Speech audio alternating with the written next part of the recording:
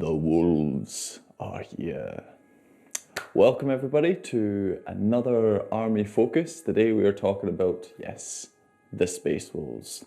My glorious Space Wolves, which were, when I got back into the hobby, I want to say 6-7-ish years ago, and this is what I started up with. Yeah, I really liked the upgrading of Space Marines to Primaris scale, and that was a big reason why I wanted to get back into the hobby, just to get back into painting and to playing again. And yeah, I saw the Space Wolves as a nice introduction to do that. I did have an army of Firstborn, which I've since sold, but that was, yeah, I had them when I was a teenager, and they were painted up in the sort of new, what I call babyish blue Space Wolf colour scheme, which I don't like as much as the sort of Heresy era colour scheme.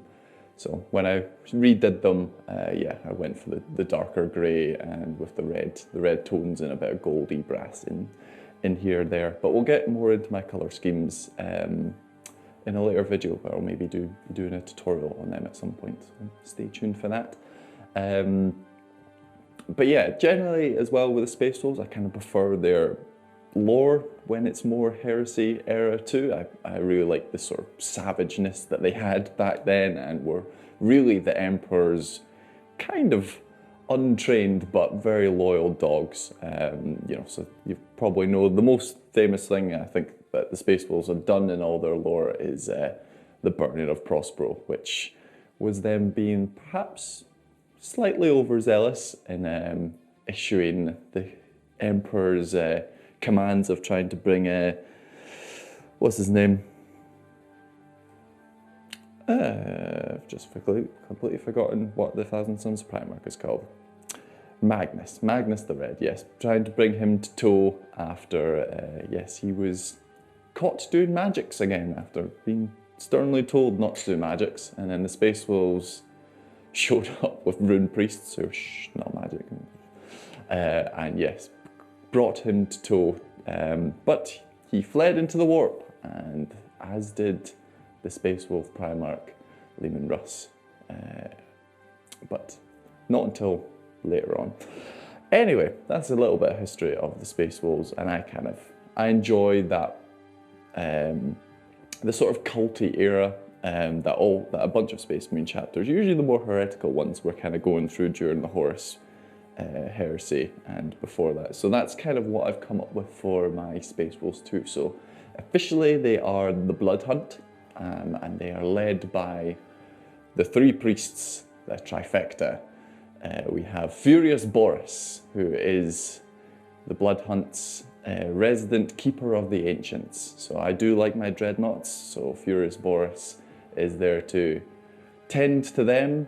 He is affectionately known as the father of legends and myth, and he is not really that furious, but he has a grim aspect. So the lore behind him is he is affectionately known throughout the Bloodhunt as Furious, but really he is the most merry and teller and loves telling stories at the Space Wolf banquets of deeds of heroism and victory.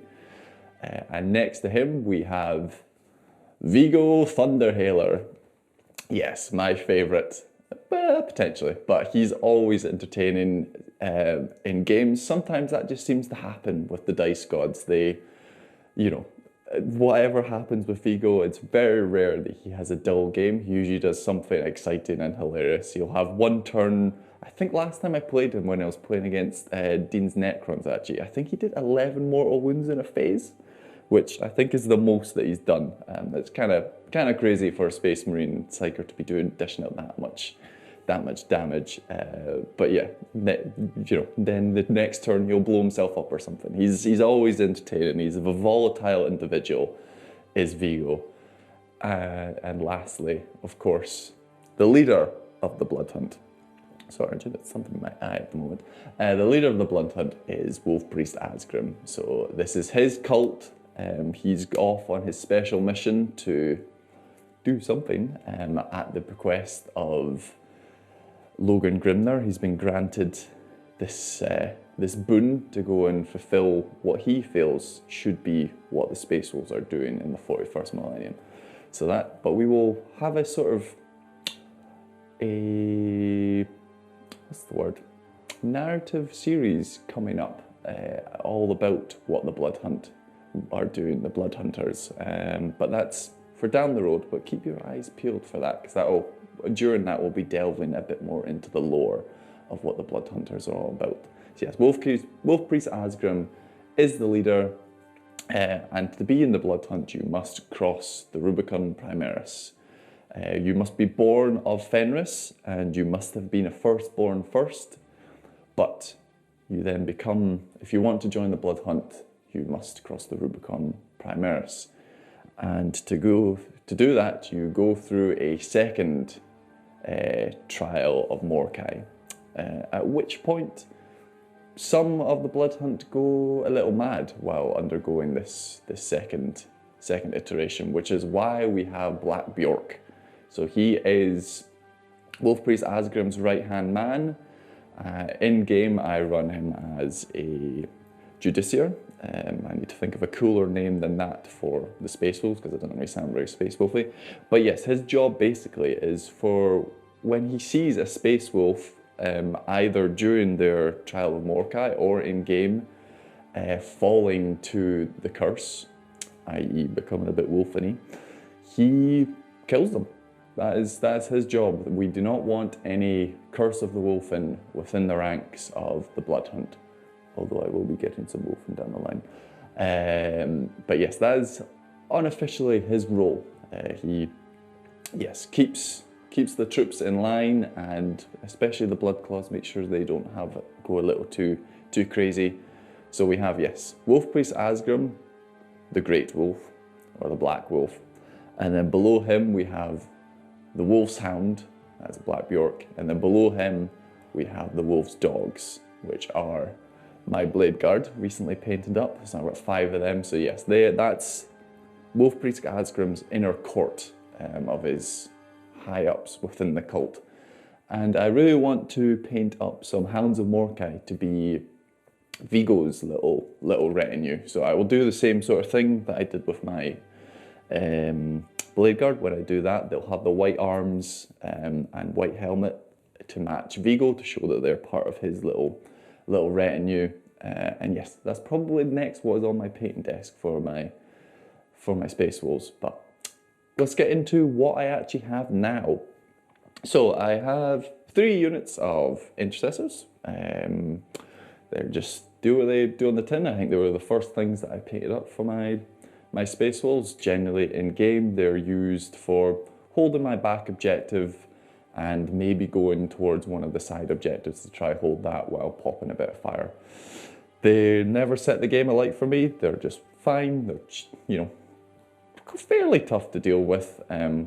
For a troop choice that's 100 points, you got to put a decent bit of firepower into them, because they're 2 win seep, 3 up save, Armor of Content is now a thing. So they're not the easiest to shift, but obviously I can't really trust them to take on anything in game either. Their damage output, whether it's shooting or combat, is really minimal, so they will die to, say, a unit of warriors or warped hounds or whatever. So I feel like that's something I do want to change going forward, because at the moment I only have 1 unit of Assault Intercessors, which, yes, I run as Assault Intercessors, but I always call Bloodclaws. I got 1 unit of 10. I'd really like to add another unit of 10, just for, you pay an extra 100 points, maybe 110 if you stick a Thunderhammer on there, and then you have a unit that's really a big combat output as well. So I really just want to have that 1 unit of Intercessors for my home objective, and then 2 units of the Bloodclaws running forward.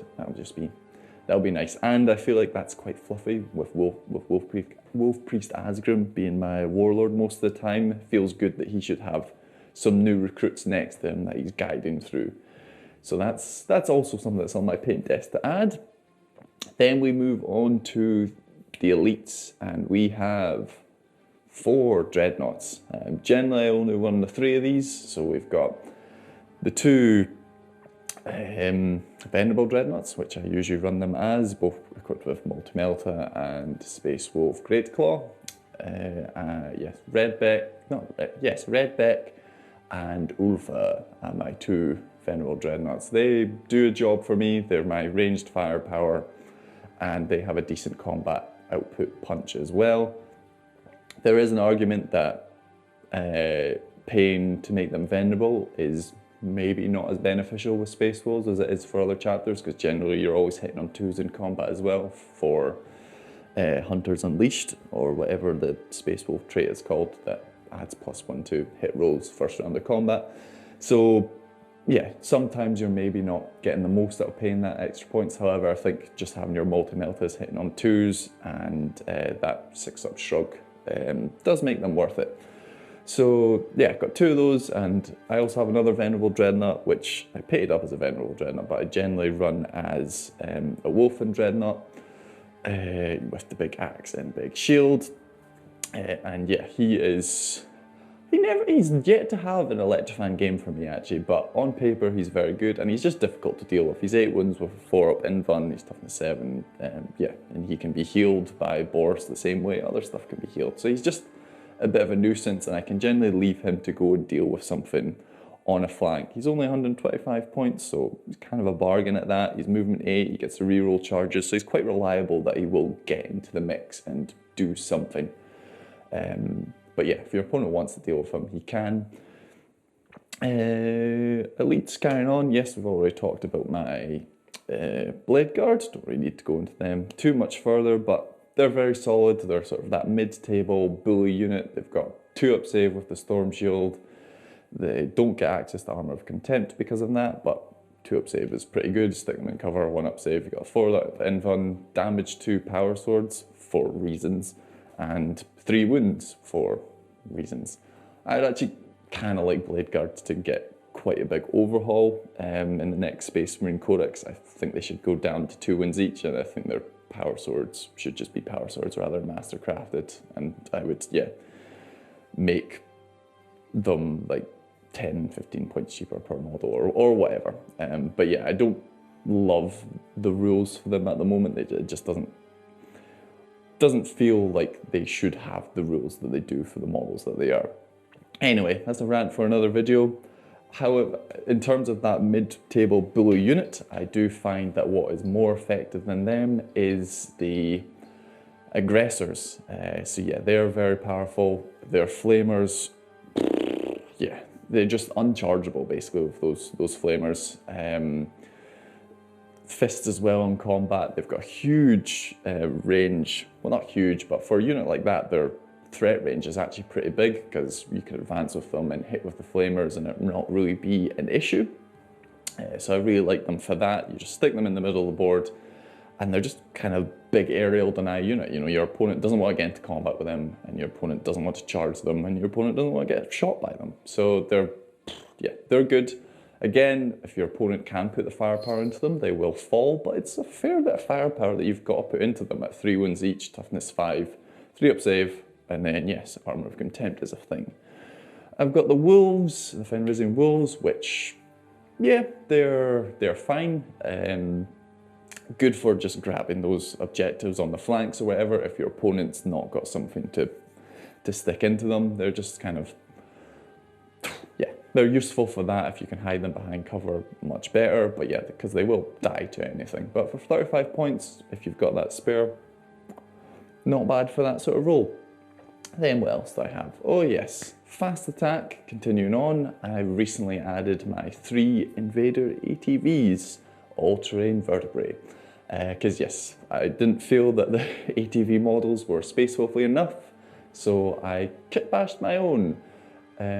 Yes, using some Age of Sigmar bits, and I did the same for my serval turret, which yeah, be coming on screen now, and as well for my Primaris Impulsor, which I've yet to use, but again, it just feels more space wolfy to me, and that sort of leads me on to a nice segue of why space wolves.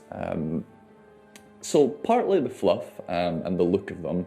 I really like the sort of Viking vibe that they've got, and partly because they just feel like a company of heroes to me, more than any other Space Marine chapter does. They really feel very individualistic, especially when you're running things like Terminator, Wolfguard. You know, they've just got you know, I like the idea that every one of them has its own special fighting style. One might have a storm shield and a power fist, and another one might have a power axe and a combi melta. You know, it's just very cool. So I really like that about them. But more than that, it's just that more than any other Space Marine chapter for me, they really encourage kit bashing, or at least they speak to me from a kit bashing point of view. So I feel like there's a lot that you can do with them, and yeah, you know, I've got my blade guard there converted, even to things like the Intercessors. You know, you can stick little fur patches on them or whatever, and I just feel that really speaks to me. That's my favorite part of the hobby, is converting and kit bashing. So I love that about them. And yes, I have some ideas of what to convert and kit bash coming up. So as I say, Hounds of Mordkai, they're probably the next thing that's going to get added. I think they'll be quite fun and just a very different sort of unit that we don't have across any of our armies at the moment. That sort of something that's good at taking down psychers. It doesn't exist a whole lot in the game, but it's something that me and Rowan quite like to run. As obviously, say Rowan's Nids, lots of psychers there. My Elder usually running at least 2, sometimes 4 or 5 psychers. Rowan's Night Lords usually have a psyker. So it's something that, you know, we have a lot of here, and I would quite like to try them out and see how they do.